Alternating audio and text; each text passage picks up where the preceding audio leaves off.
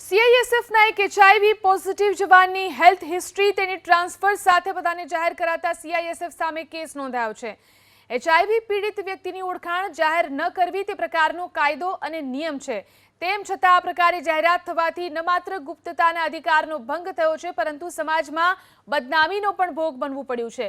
આ પ્રકારની રજૂઆત સાથે કેસ નોંધાયો।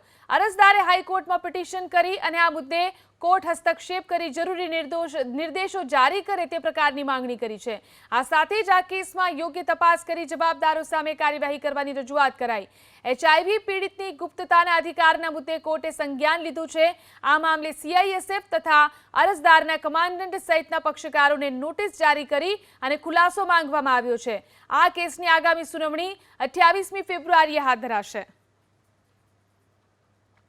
આમાં એવું છે કે ઓક્ટોબર મહિનામાં એ જવાન વર્ષોથી આ is suffering from HIV positive but he is in treatment, એટલે એમણે વર્ષોથી એમનો સ્ટેટસ રિવીલ નહોતો થતો।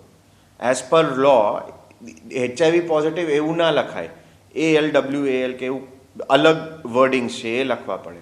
પણ આ લોકોએ શું કર્યું કે દે હેવ ઓફિશિયલ ગ્રુપમાં જે એમનો યરલી હેલ્થ ચેકઅપ હોય ને એમાં they have revealed that he is having HIV positive, which is against the Prevention of HIV Act 2017.